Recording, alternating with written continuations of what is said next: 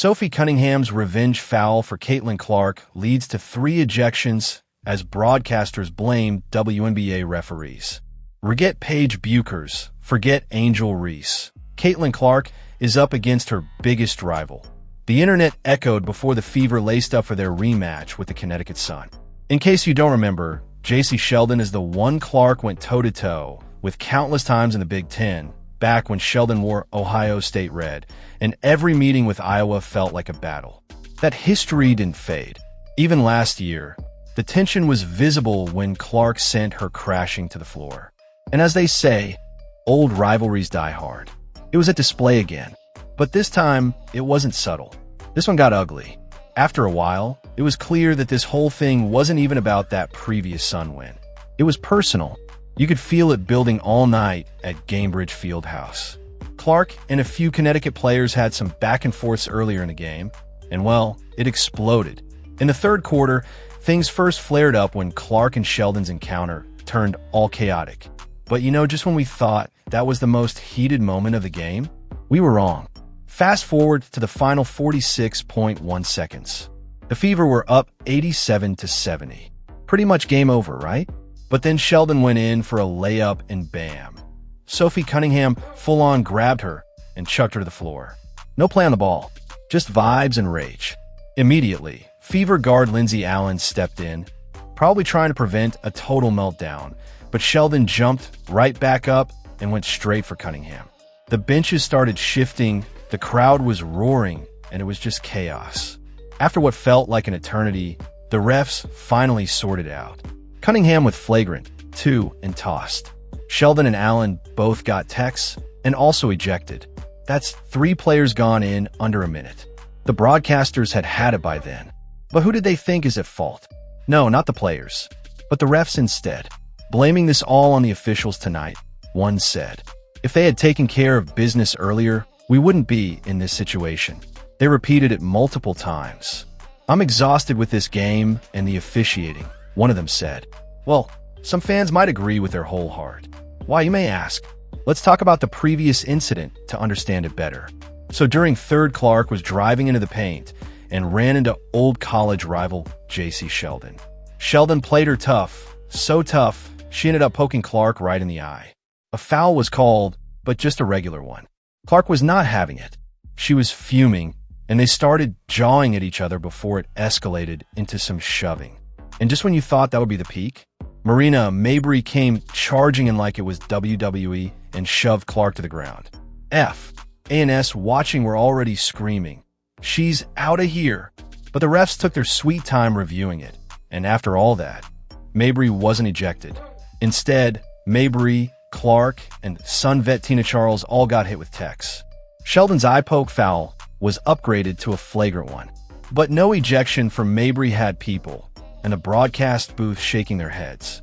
Coach Stephanie White also didn't shy away from calling it out in the post-game press conference, as she said that she saw it coming and is tired of this officiating issue all season long. It started back in May, after a tight 9-0 loss to the Liberty. Clark appeared to be fouled on the final play, but no whistle. White called the no call egregious, spoke of disrespect towards her team, and flagged a major free throw disparity. A few days later, in another contest, White again blasted officiating, calling out the lack of control and doubts about the league's replay/review system. The story was the same again. Despite it all, Fever took the 88-71 dub in the most fiery game of the season and made it to the Commissioner's Cup Finals.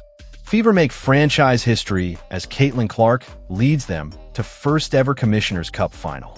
Just a month in, and the intensity has already hit a fever pitch. The Indiana Fever are officially headed to the 2025 Commissioner's Cup Final for the first time in franchise history.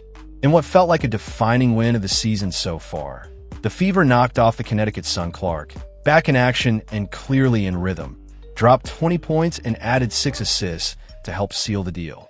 But this wasn't just a revenge win against a physical Connecticut team.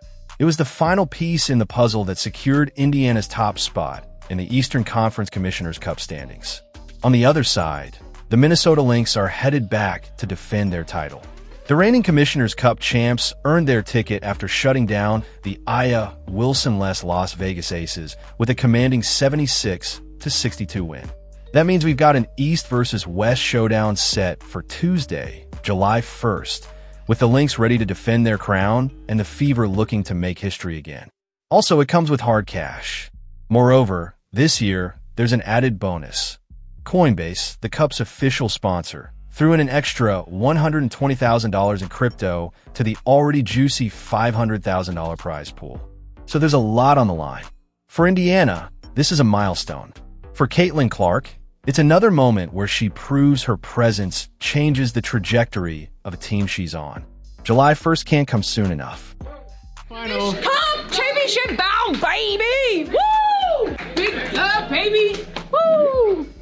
The year, man. It got a little crazy out there, but we made it through. We're gonna keep stacking the day, so see you in the championship. Bow, bow, bow! Let's go! What explanation were you given for the tech that you got? I'll take the official questions. Sure. There wasn't an explanation for the tech that she got. You know, I think it was pretty obvious that stuff was brewing, right? When the officials don't get control of the ball game, when they allow that stuff to happen, and it's been happening all season long. All season long. It's not just this game, it's been happening all season long. This is what happens, right? This is what happens. You've got competitive women who are the best in the world at what they do, right? And when you allow them to play physical and you allow these things to happen, they're going to compete. And they're going to have their teammates' backs. It's exactly what you expect, right? Out of fierce competition. So I started talking to the officials in the first quarter, and we knew this was going to happen. You could tell it was going to happen. So they got to get control of it. They got to be better. They got to be better. Can you specifically detail what you mean by get control of the game, just to be in your words? Get control of the game is call the fouls that are actually happening on the floor. Right, and consistently call the fouls that are actually happening on the floor. Okay, not just if somebody swings and misses, right? Like, consistently call the fouls. Coach, do you think it's something pertaining to your team, or do you think it's a league-wide issue? Well, I've seen quite a few dust-ups in the league so far, so I think it's a league-wide issue. I mean, bad officiating is bad officiating. And then what did you make of Sophie Cunningham's flagrant foul on JC towards the end? It was a flagrant foul. Do you think it's like defending Caitlin or defending the team, or how do you view just how it opened? I view it as a flagrant foul.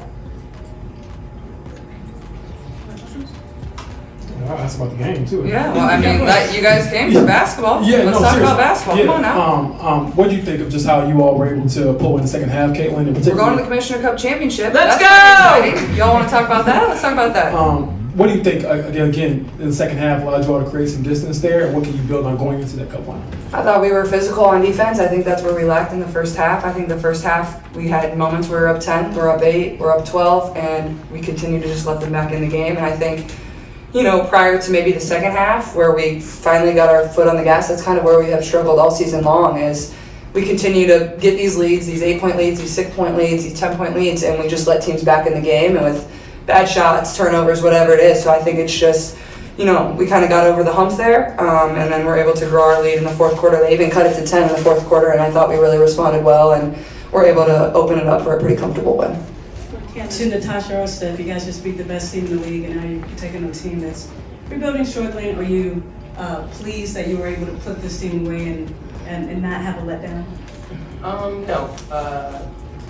We focused on ourselves in the past two practices, and at the end of the day, we knew what Connecticut was going to do in this game, but we executed the assignment on both ends of the floor. But I'm proud of what we did and how we handled our own out there. Yeah, just for Natasha, I know you only had 4 points on Saturday with 16 and 12 today. Did this feel like a bounce back for you too? You want to say it like that, but no, I think the game that I played against New York, I have a pep in my step, but this game I had a pep in my step, and but I get close to my teammate for having my back and also just giving me that confidence that I did.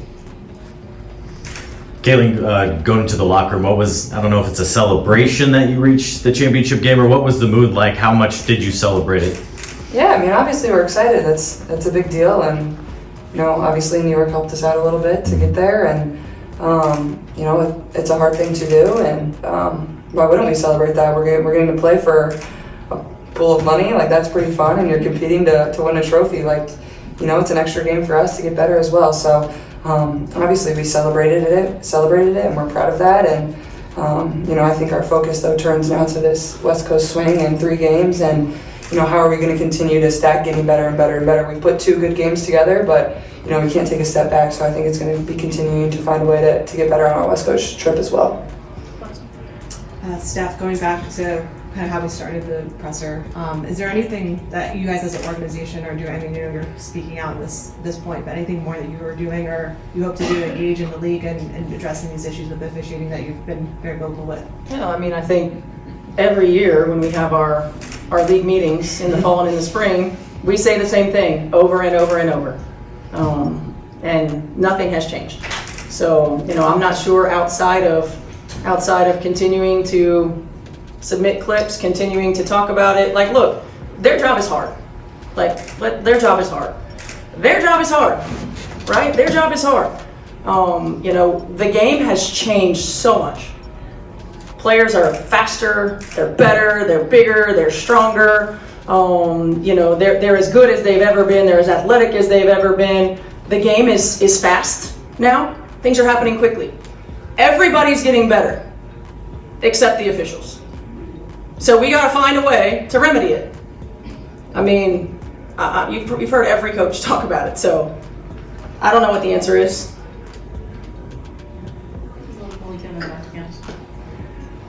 Could y'all just paint a picture for us of, are you tracking the Atlanta-New York game? Are you looking at the score during? Did you not know until you walked off the floor? What did that look like? Our bench was tracking it. We have people behind us tracking it. I mean, I didn't know. When you're in a Commissioner Cup situation and point spread matters, while we're also preparing for a brutal stretch of 3, 4, 5 games, where we're in like how many days? 6 and 11 days. Yeah, 6 and 11 days, where we go from the West Coast to come home on a back-to-back back to Dallas. I mean, it's our job to manage those things, those 2 things. If we're not competing for the Commissioner's Cup, the minutes are different, right? If we are, it looks different. It's the game within the game. Caitlin, gotta ask, after the JC into your eye, pushed it back, before you left the game in the 4th quarter, did that flex? I was just excited I made a shot. It's my first 3 of the second half, so But you're pretty showing excited about that. Go ahead.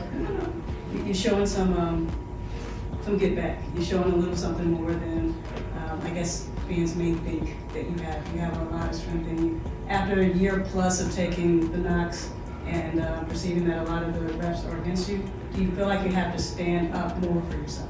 No, I mean, at the end of the day, I'm here to play basketball, and that's my job. That's what I'm going to do.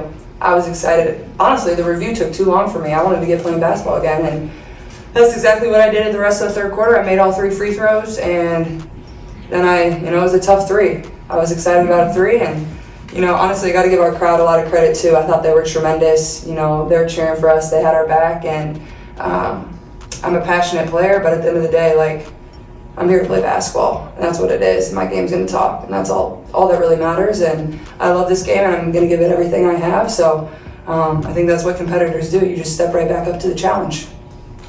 For Natasha, we were talking a little bit before the game, and over the last couple of weeks, the team has had fits and starts in some of their games. Do you think the flow is starting to come and be at a level where you guys were hoping it would be a few weeks ago? Absolutely, definitely work on the practice every single day, just working on flowing and just running, because no team can really stop us when we run. But at the end of the day, we're gonna keep working on us every single day and just keep stacking days. Any other questions? Okay, when you all called timeout, I think you got subbed out. You were hyping up the crowd, and then Coach Christmas comes over to grab you. What are those moments like when you get lost a little bit, and how much do you appreciate someone telling you, all right, maybe you should kind of join your team and things like that? Honestly, some of those moments are what make me the most tired, so I appreciate Coach Rima coming and getting me. Unfortunately, Steph was going to sub me out anyway, so I didn't have to. I could catch my breath on the bench, but everybody knows that's how I play. I want the crowd behind me. They love when I get into it with them too. They're here for a show, and that's what I try to give them every single night. That's what we try to give them every single night, and that's what makes it fun. And people spend a lot of money and time to come to these games, and like this is a Tuesday night game, I think it's Tuesday, and this place is basically full, and there's so many young girls and young boys and adults and older men that, you know, this might be their first WNBA game ever, and like you want to perform for them. So that's one of my favorite parts of, you know, getting to go out there and compete every single night is, you know, kind of getting to interact with the fans and like being an entertainer in a way.